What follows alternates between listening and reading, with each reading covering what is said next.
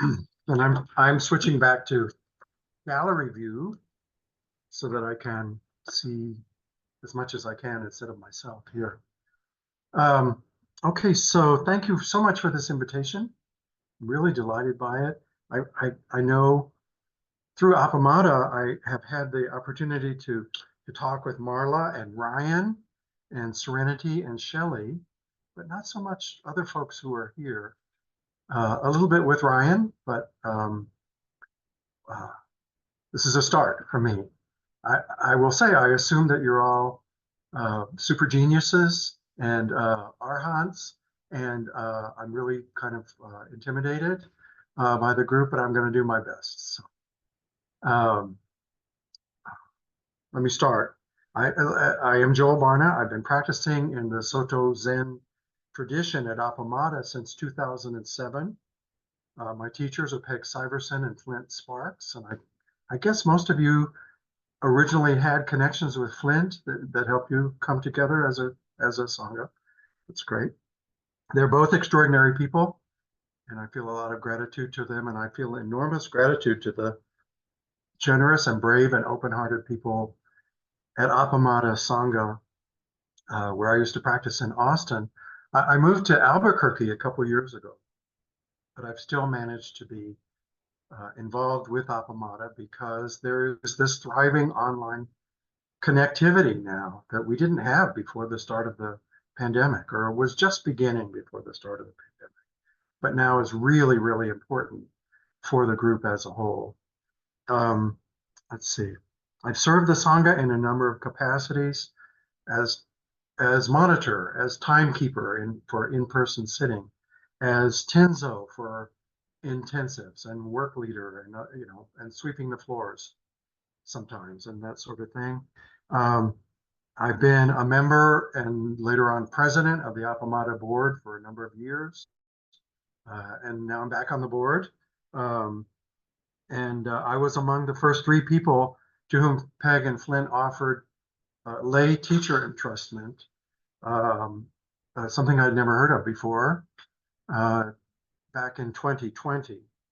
And as I say, I still feel very connected, even though I live hundreds of miles away from Appamada.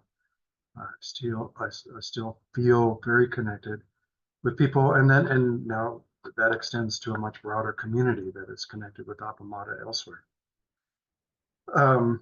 So I'm going to be talking about right speech. Bhikkhu Bodhi in the Noble Eightfold Path, which you have been studying, says, "It is said that in the course of his long training for enlightenment over many lives, a bodhisattva can break all the moral precepts except the pledge to speak the truth." It's a pretty high standard right there for right speech. Instead of jumping right into the pledge to speak the truth and what that has to do with right speech, I want to start with some personal reflections about speech in and of itself as a human capacity for good and ill. I've been leading Appamada's precepts program for the last couple of years, and I have come through that experience to really want to emphasize, perhaps overemphasize, just what we are up against in moving toward what is right in the Buddhist sense in our lives. The first noble truth is that all life is marked by dukkha. All human life is marked by dukkha. I would argue that speech in and of itself is inherently dukkha generating. Why? Because of the way our bodies and minds work. Words are almost never adequate to what we want. Consider a trivial example. Suppose I make a simple declarative statement such as, "I see a flower." Can such a simple statement ever actually be true?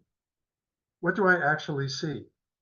First, what I see is the registration of certain patterns of light on the rods and cones in my eyes, which gets transmitted to my optic nerves, which then gets transmitted into my brain where they finally register. And who's the I in the sentence? The Buddha taught that what we consider a fixed identity is nothing more than the residue of a heap of sense impressions that we mistakenly try to make permanent. Peggy Syverson has called this ongoing selfing, which is generated uncountable times per second. She's called this the primal innocent mistake that we make that, if unexamined, dooms us to suffering. The Buddha called selfing the mistake that is central to or that kicks off the 12-fold chain of causality in our lives, which again leads to suffering.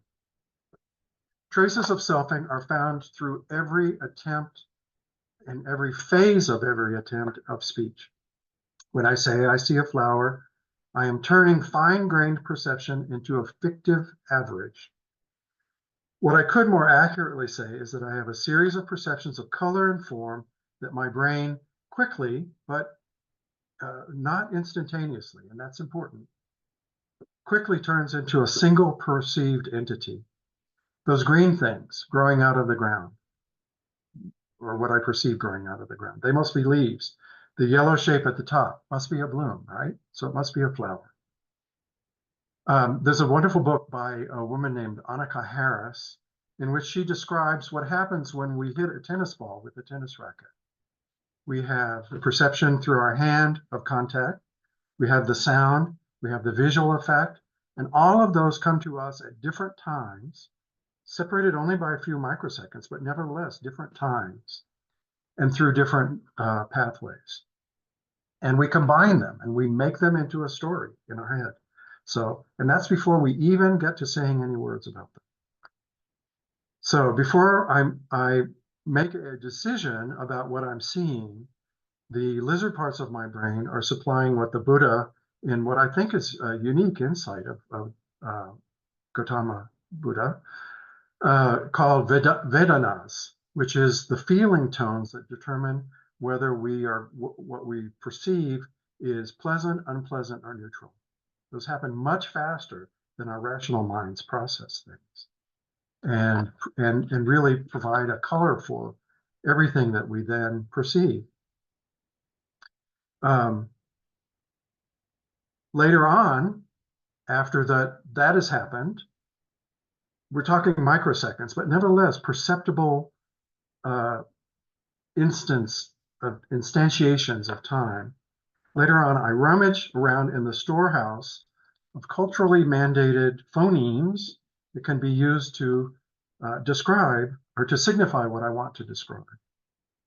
Is that thing an iceberg? Is it a Death Star?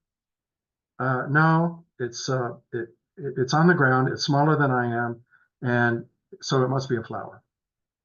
But there are so many kinds of flowers that in and of itself isn't much help. Nevertheless, that's the best I can do right now.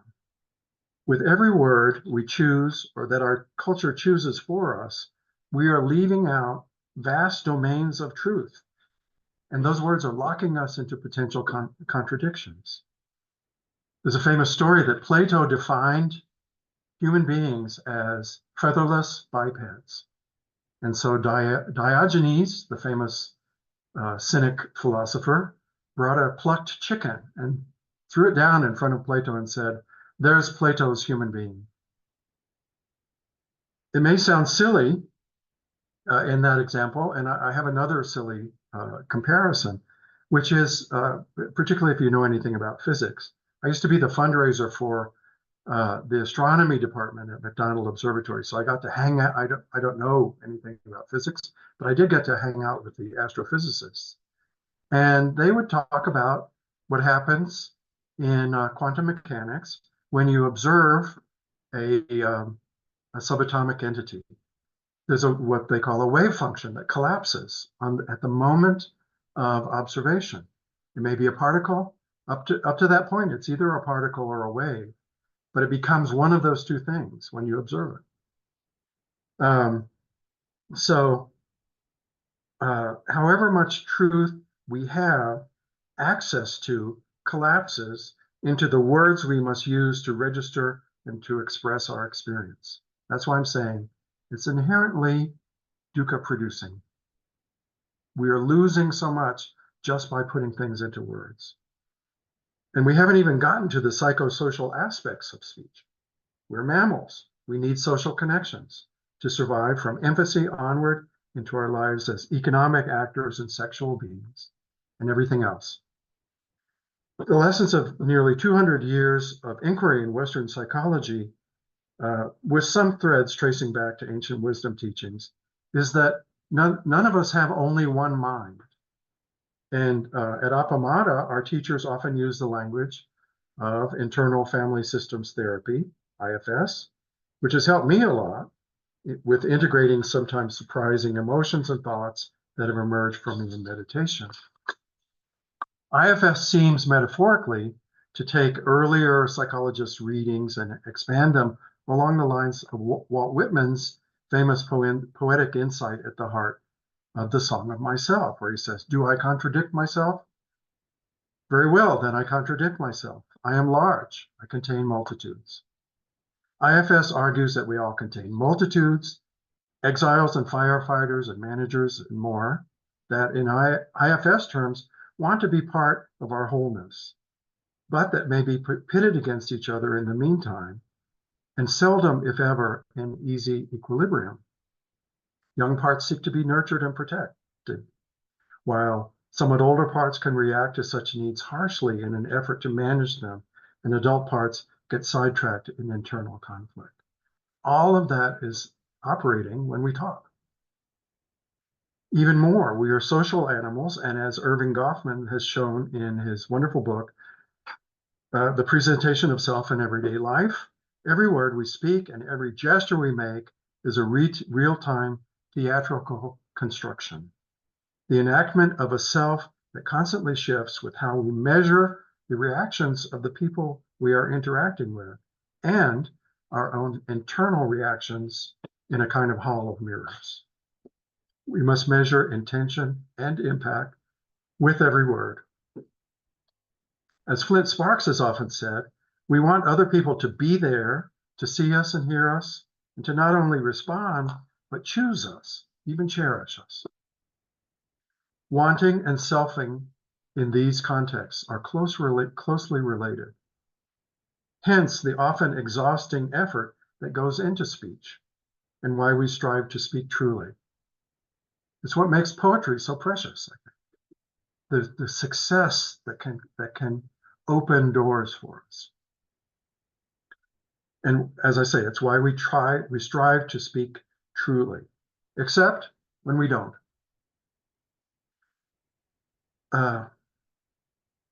Finally, I'm getting to the Buddhist part of my talk, and I'm close to the end here. Well, a couple more pages to go. Maybe one of our parts wants to misrepresent reality for some reason or other, because it could offer at least a momentary advantage in regard to another person, or maybe just the fun of tricking another person, or maybe part of us wants to be malicious. Maybe it feels hurt and would like to hurt in return, or holding others in low esteem figures that we can just be trivial. Those are bad, right? Those impulses are bad. It's immoral, right? In Buddhist teaching, yes and no. As Bhikkhu Bodhi writes in the book, The Noble Eightfold Path, the English word morality and its derivatives suggest a sense of obligation and constraint, quite foreign to the Buddhist conception of, I know I'm going to mispronounce this, but I believe it's Shila, S-I-L-A, with a macron over the I. Shila. This connotation probably enters from the theistic background to Western ethics. Buddhism, with its non-theistic framework, grounds its ethics not on the notion, I'm sorry, lunch is coming back to bother me. I apologize for that. Buddhism, with its non-theistic framework, grounds its ethics not on the notion of obedience, but on that of harmony. In fact, the commentaries explain the word Shila by another word, samadhana, meaning harmony or coordination. The observance of Shila leads to harmony at several levels: social, psychological, karmic, and contemplative. At the social level, the principles of Shila help to establish harmonious interpersonal relations welding the mass of differently constituted members of society with their own private interests and goals into a cohesive social order. Bhikkhu Bodhi adds, when briefly defined, the factors of moral training are usually worded negatively in terms of abstinence. I'll come back to this. But there is more to Shila than refraining from what is wrong. Each principle embedded in the precepts, as we will see, actually has two aspects, both essential to the training as a whole.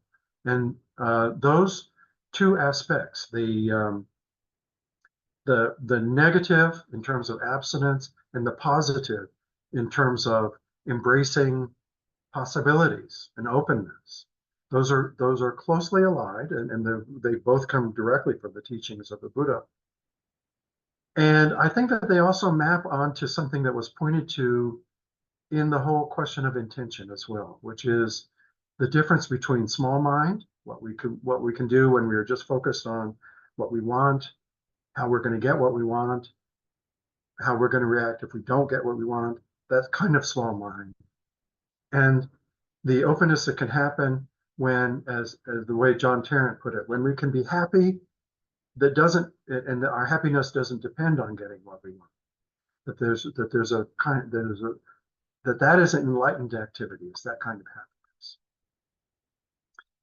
So the earliest guidance in the Buddhist canon for both these aspects as regard to speech come from dialogues between Gautama, Siddhartha, and his son, Rahula.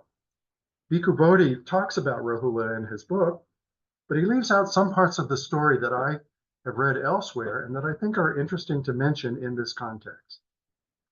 Rahula was born either the day of the Buddha's home leaving or was conceived the night before. The Rinzai teacher, Joan Sutherland, tells a story as in terms of Rahula just being born. And she says that she tells the story of the Buddha looking to the room where mother and child are lying, and then without saying a word leaving, deciding that it would hold him back to embrace his son.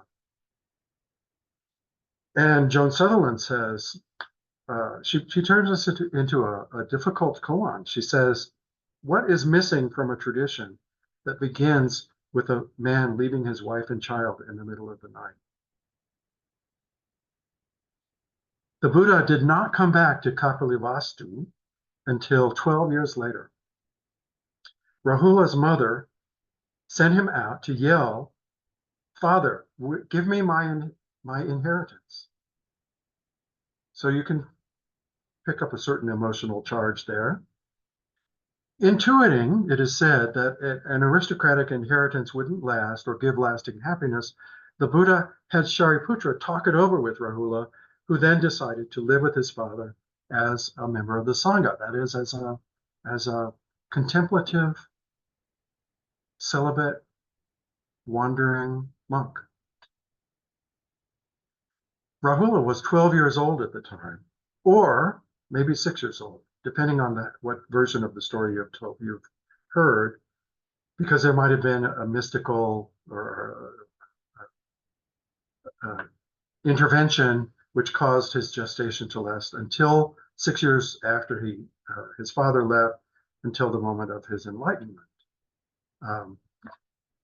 Other things from the Buddhist lore, which again give a certain color to the quality of the teaching that the Buddha did with Rahula. Rahula was only 12 years old at the time, or maybe 6, and as a monk, he acted like a child. When people came looking for Buddha and asked him, he would often tell him that the Buddha was not around. And he made a habit of this.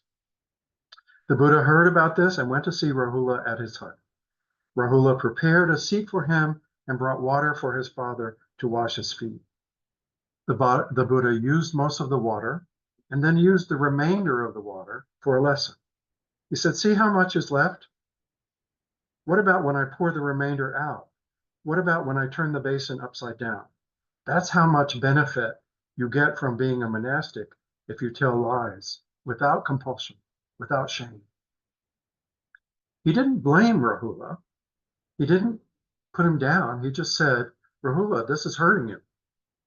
You are losing by lying without regards to its effects on yourself and on others.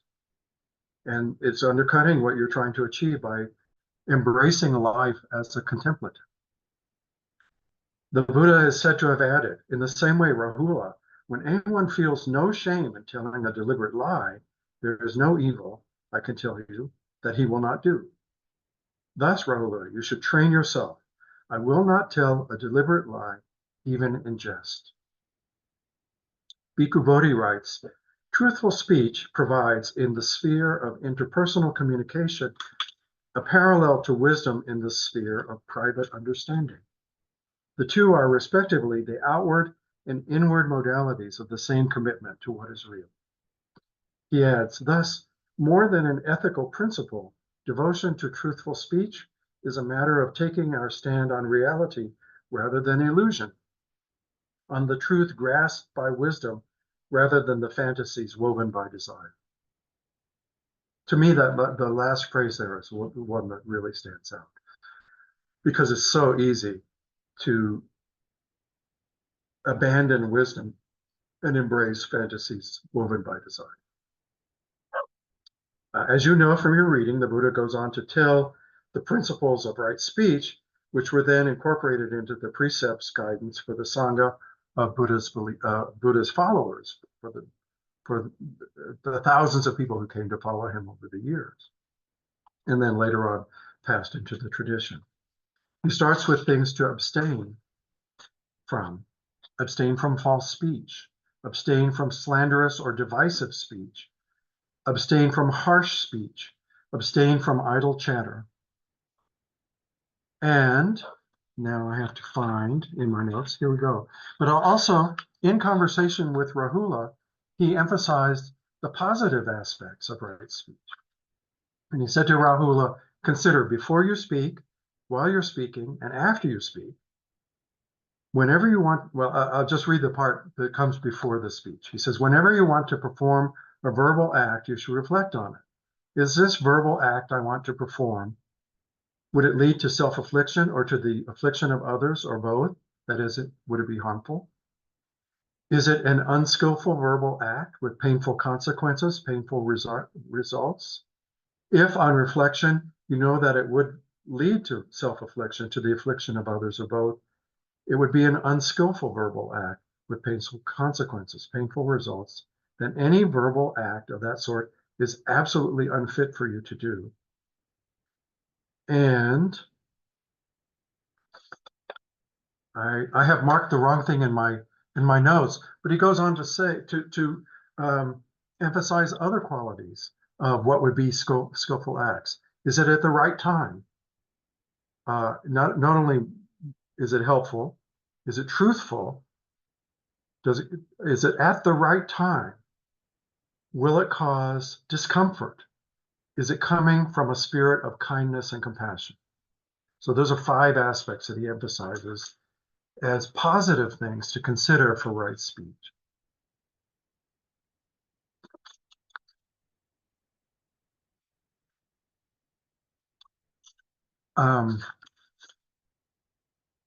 That's from the Buddha's time.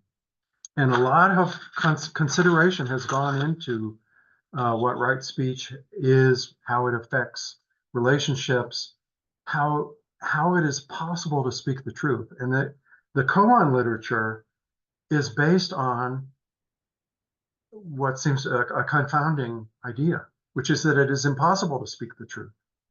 Over and over again, the Chan masters are saying to their students who come with questions about truth, it's impossible for me to tell you in words what the truth is. You have to live this for yourself. Bodhidharma, who set in motion the Chan teachings in China, says this mystical and confounding statement here. Self-nature is subtle and mysterious. In the realm of the inexplicable Dharma, not preaching a single word is what's called the precept of not lying. Nancy Mujo Baker. Is her book on the precepts part of your reading for this? Okay, good. Well, let's see, let me see if I can find the quote here. She talks about Bodhidharma's teachings a lot. She pairs it with this what seems like a very extreme uh, style of self-examination. Just like sit down in a room and with other people and talk about what a liar you are for 15 minutes. It's not like for one, you don't take it easy on yourself. Like really go at it for a long time. And then she pairs us up with the big mind embrace of non-lying that comes, well, it comes from Dogen's teaching also. I recently was rereading Don't Be a Jerk by Brad Warner, which is his discussion of the Shobogenzo, which includes his Dogen's version of the teaching on the precepts. And what Dogen says is, when you are lying, you're doing wrong activity. But as soon as you stop lying, in that instant, you are no longer a liar. When you're not doing wrong activity, you are not someone who does wrong activity. It's over with. That seems to me true in big mind. In little mind, maybe not so. We're used to losing our faith in each other if we are constantly told lies by somebody, right? That's what has the effect on our relationships. But that happens in little mind. In big mind, those activities, as Dogen explains, again, mystically, when that activity is over, it's over. And we are not that person anymore. We now have the opportunity to speak truth, to speak non-maliciously, to speak non-trivially. So that embrace of possibility is really important, I think. Nancy Mujo Baker writes, fully facing, getting to know, and actually welcoming the various kinds of liar that we are gives us a taste of not excluding anything, a taste of no inside, no outside. The more we can do this with no outcome or gaining idea in mind, the more truth speaking and selflessness can naturally arise. So that's where I think the training in this part of the Eightfold Noble Path comes in. That by being willing to see where we have stepped off the path, that gives us a capacity to see what it's like to step back onto the path. Non-lying, she says, spontaneously arises when we are willing to hang out with, be conscious of, explore, and compassionately allow everything we are in regard to not telling the truth. So with that quote had a lot to do with me deciding to really go into all the aspects of why speech is so difficult. Speech is treacherous for us. So I will stop there. Actually, one more thing. I want to, do we still have time this evening or where are we at? I would like to propose a thought experiment, maybe for consideration over the next month or something, but this is what I would like to suggest. Be great.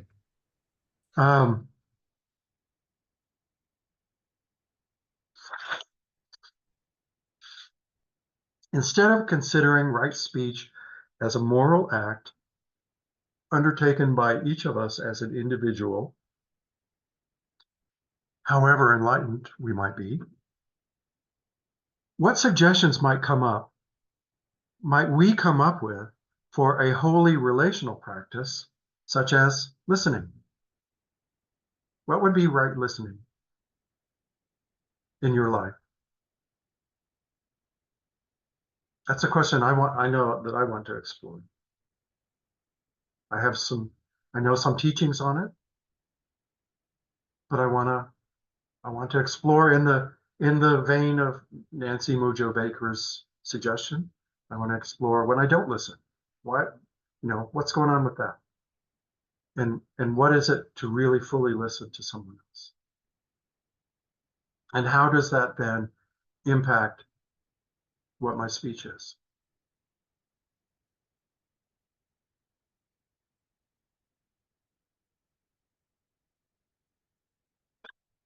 Thank you. Thank you very much.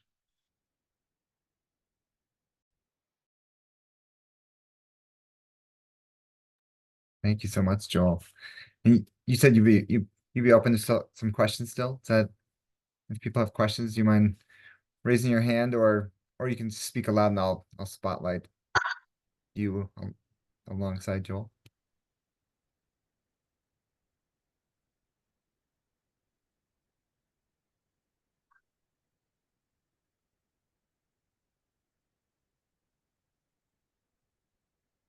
Emily,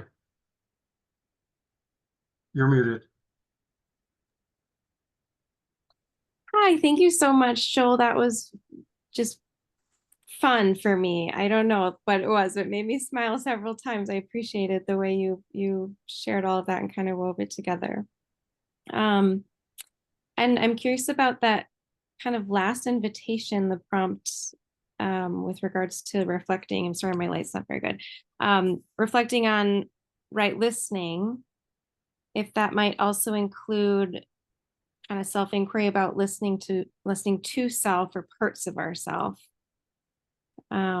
which I know is a little different than the topic we were talking about, but very related. And thinking about kind of the truths we do and we don't want to hear, or those protector parts that quiet down the little ones that maybe have needs, things like that. And just curious if you had any additional thoughts. I would say it has to start there, but that it also has to extend outward. That it's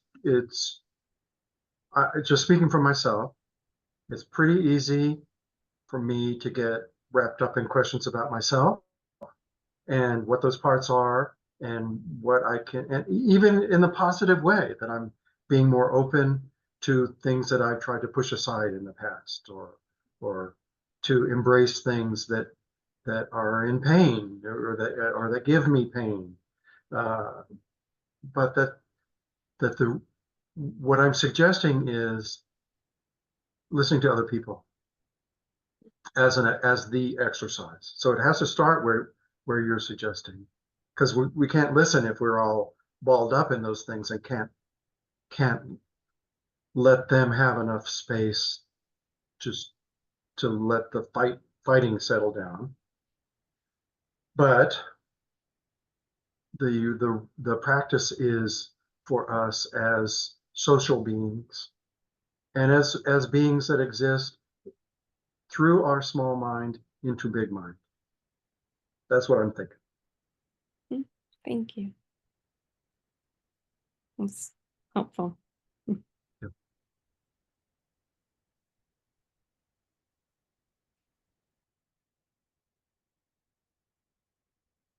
I see Shelley's hand.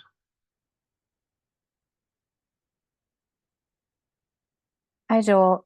I've been really questioning a lot around how healthy boundaries come into some of the right speech, right intention. And as you were mentioning your thought experiment practice, I wondered what it would be like to listen to the reasons why some of the conflicts are happening in the world. And I really want to listen to that on one hand. And on the other hand, it's a lot to hold. And I'm not sure that that's a healthy thing for me to do. Maybe I should start with something smaller. But I just wondered what your thoughts were on boundaries and right speech. Well, thank you, Shelley. And thank you for providing an extreme example right away of a difficult example right there. certainly one that I have trouble with. I have family members who espouse political opinions that are much different than my own, and who regard me as an idiot. And it's pretty hard to stay open when I'm being told I'm an idiot, you know. I I will say, do you know Genevieve Gilles, who connects with Appamada a lot? I don't know if she's connected with others in Awakening Together, but she and I had a lovely conversation about a week ago, and she was talking about a book that she read a long time that she's just uses over and over again, and it's the book called How to Talk So Your Kids Will Listen, and Listen So Your Kids Will Talk. And she says it had a big impact on her professional life. She's a translator, and she has to deal with a translator in situations where there are refugees who've been abused and had horrible experiences, and to be able to deal with that. And you know, other aspects of her life where she's had to deal with opposition and so on. And she says that it's really important just to listen to people's feelings, and just to let them know that you hear them. You know, and I mean, I'm just parroting what I've read. I've only read half the book, and I'm just parroting back what Genevieve said has been most important to her.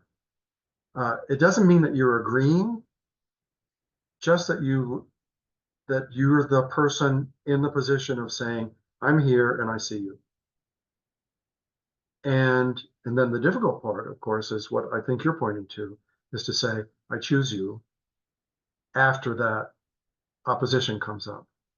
You know, to be able to hang in there after that is so difficult. Do you think that's what the Bodhisattva vow calls us to? I'm having that thought. It could be, but I don't know. And just putting it in that frame is really helpful. Just watching the resistance that comes up and not getting sucked in by that either, and also not letting it negatively impact me. That's very helpful. Thank you. Mm-hmm, mm-hmm. Shelley, I want to add this thing that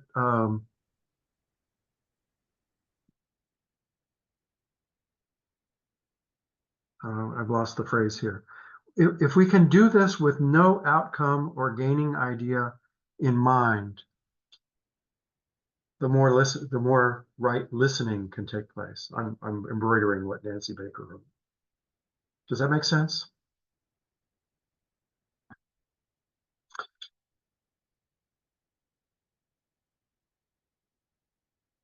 While we're here, let me just say that you see my lovely background there. That's a photograph I took. I'm in Albuquerque, and there are acequias, water distribution ditches that have been around for hundreds of years. And there's this mimosa-like bean plant, legume plant that grows on the banks of one of the acequias near us. And I put that up because it's a total lie. I don't want you to see how messy the background of my room is. So I just want you to know that I'm acknowledging that. And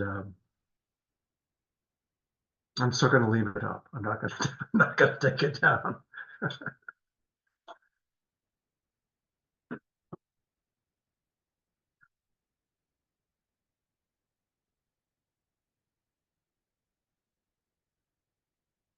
Hi, Ryan. Hey, Joel. Thank you so much for what you led us through today. My question, as you were talking about right speech and awareness with moments where you may know the speech may not be right, but as people say, it's on the tip of your tongue.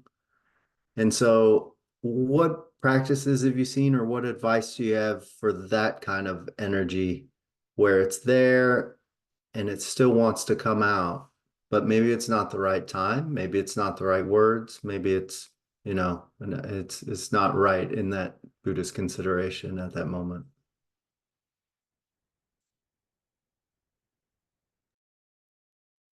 Well, not to pick on Shelley, but I really liked what she suggested before. She was say I left out something important that she said. She said that as a nurse, when she went through a doorway, she would think, "Am I awake? And am I being kind?" And I probably messed up at least half of that statement right there, but certainly the being kind. And what I left out was that Shelley said, "I went as a nurse, I went through a lot of doorways." So that was having set the intention to be reminded by passing through a doorway that was she was reminded a lot. So that's really good. And to me, I messed up the list of the Buddha's instructions, but it pretty much ended with, "Am I being kind uh, in what I have to say?" And that if you can have that in mind, that determines if it's the right time. If you're being kind, you're not going to say something at the right time, the wrong time. If you're being kind, you're not going to say something that would hurt another person or that would cause harm to yourself or us or someone else. If you're and truthful, if you're being kind, there are certainly times when you might hold back on saying something truthful because it's not the right time or something like that. But your kindness coming from big mind will open more possibilities than the little mind consideration of whether the impact on the person is going to produce the result that you want.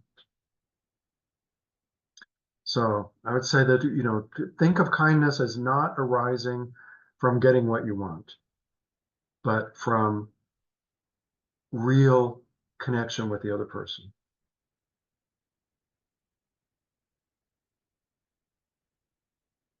Thank you, Ryan.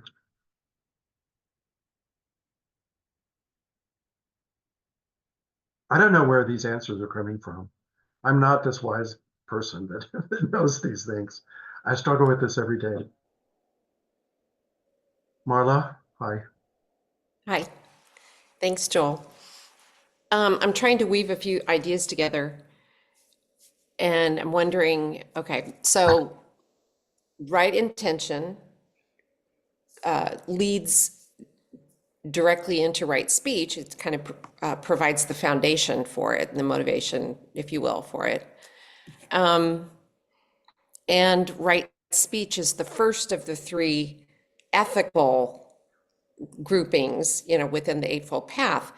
And the defilements that they talked about, or that Bodhi talked about, greed, hate, and delusion, especially in the right intention readings, also get talked about a lot in terms of speech. When you lie because of greed, it's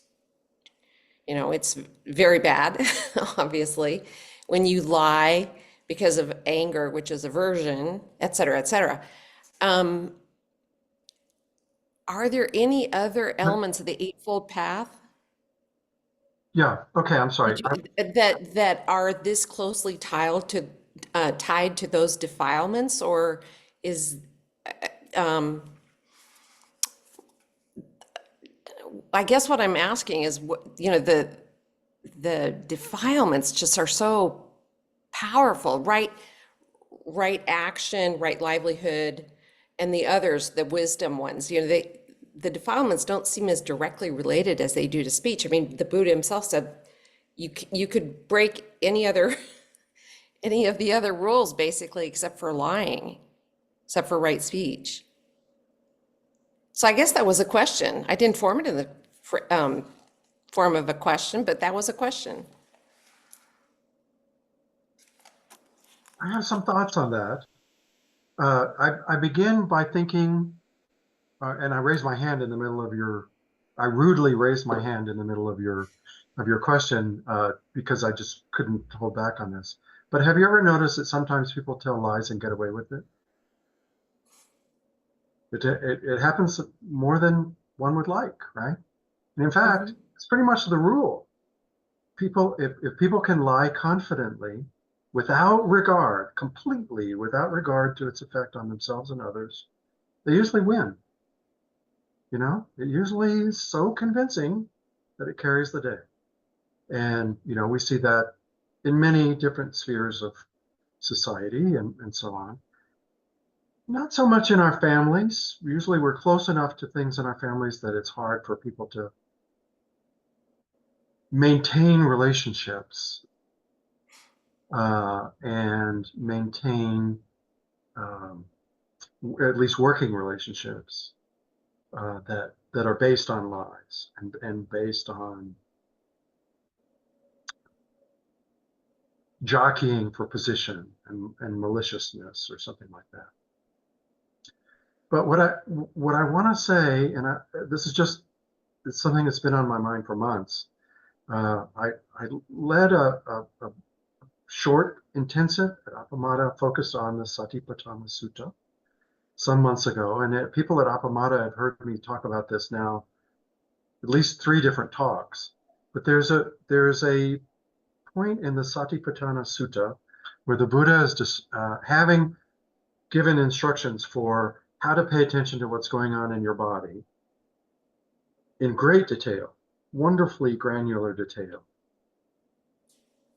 Pay attention to what's going on in your body as a mode of realizing that, or as a breaking the self-identification with the body, so that you realize that you know, your sense of hearing is a process that's going on, and it's not you.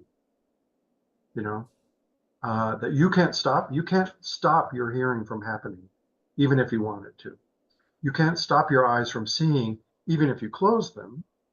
Even if you're asleep, you're still seeing. You may not be processing it through your normal thought mechanisms, but you're still seeing.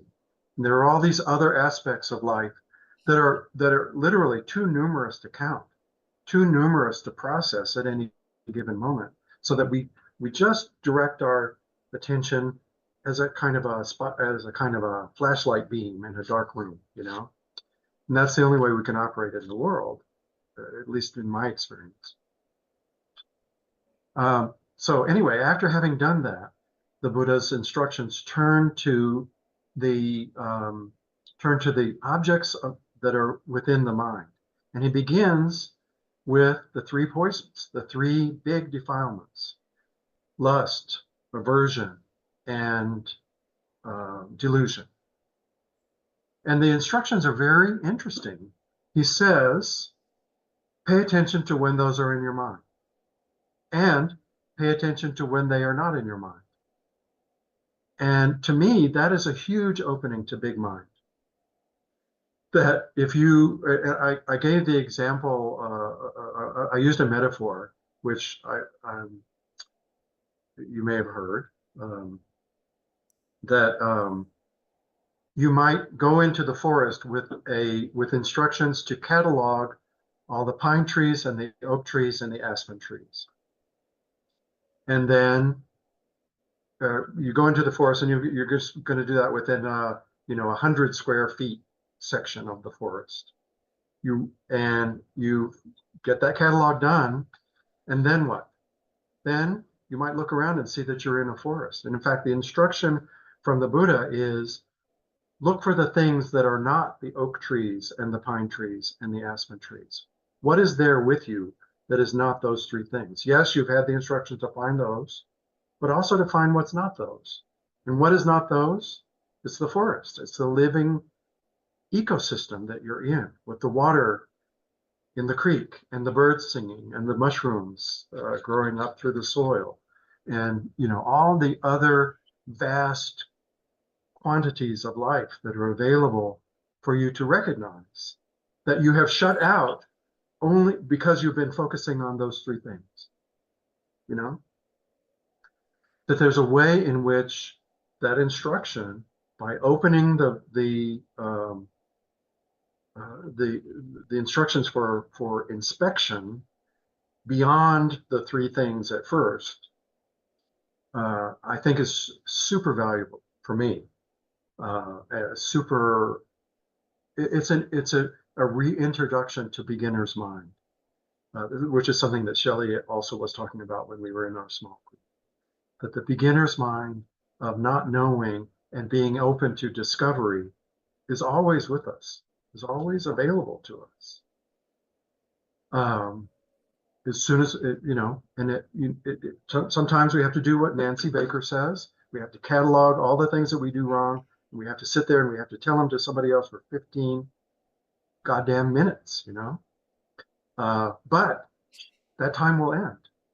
And then what else is there? What else is there is a vast, spacious openness,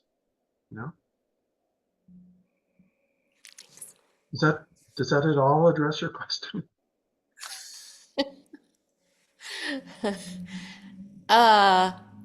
We'll talk some other time. But thank you. Thank you. I didn't really phrase it as a question very well. Yeah.